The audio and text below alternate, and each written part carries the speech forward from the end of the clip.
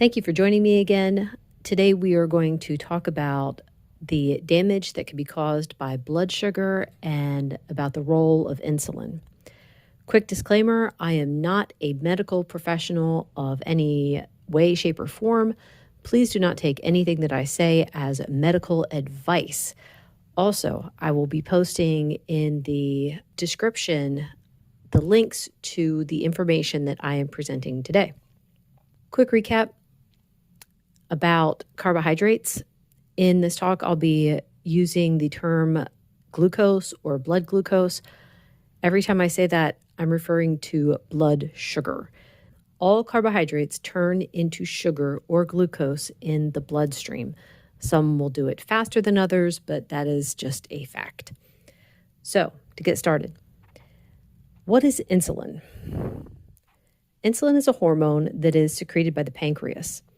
It is the key to getting glucose out of the bloodstream and into the cells where they can be used for energy. There are other tasks that insulin does, but for today, let's just focus on this one.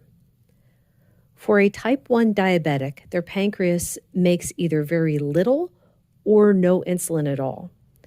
Because there's little to no insulin, glucose stays in the bloodstream instead of being transported into the cells where it can be used for energy or stored as fat for later use. For a type 2 diabetic, their pancreas has either slowed down insulin production or their cells have stopped recognizing insulin. Why would a pancreas slow down?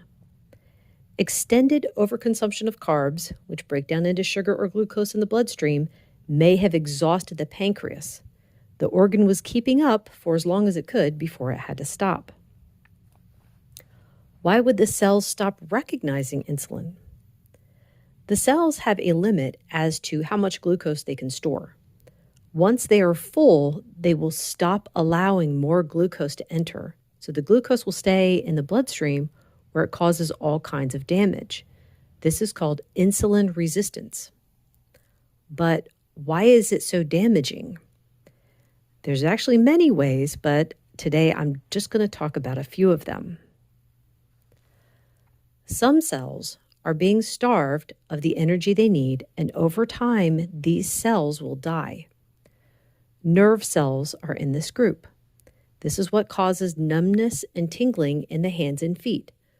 This is called diabetic neuropathy. Another type of cell that is damaged are the kind that don't regenerate quickly or easily, like the cells in the eyes. It's the same idea as the nerve cells where they're being starved or damaged by the excess glucose in the system.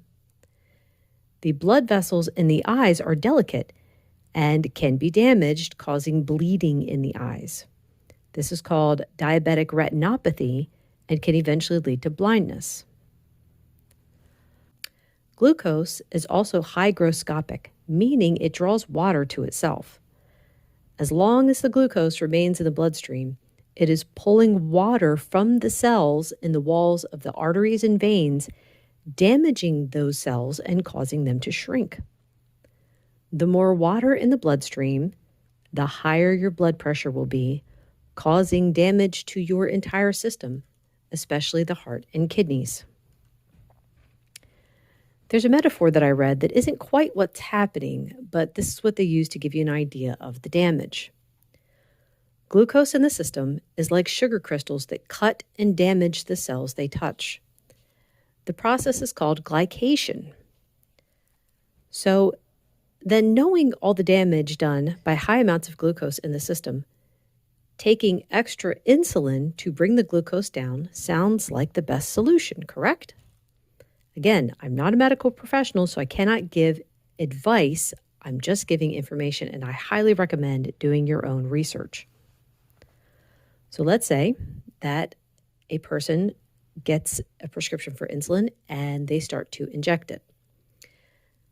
When that happens, the excess insulin in the system is forcing the cells to accept the blood sugar, pulling the blood sugar out of the bloodstream and pushing it into the cells. But these cells are damaged as they're being forced to hold more than they were made to hold. This also creates higher amounts of insulin in the system. Not only what the pancreas is already putting out there, but also the excess from the shots. High amounts of insulin in the system can cause hardening of the arteries, high blood pressure, possibly fatty liver disease, which leads to cirrhosis, and at the injection site can cause fatty lumps because insulin is a fat-storing hormone. It's not a bad hormone. There are many good things that it does for our system, like helping to build muscle following a sickness or injury. But too much for too long will damage the system. For a type 1 diabetic, if they aren't making insulin, they will need to take it so their cells stay healthy and fed, but they can keep their system from needing too much insulin by keeping their carb count minimal. For a type 2 diabetic, they can reduce or eliminate the need to take insulin by tracking their blood sugars and removing foods that cause their level to go over 140. Anything over 140 is causing some or all of the damage I already mentioned. Thank you so much for listening. Bye-bye.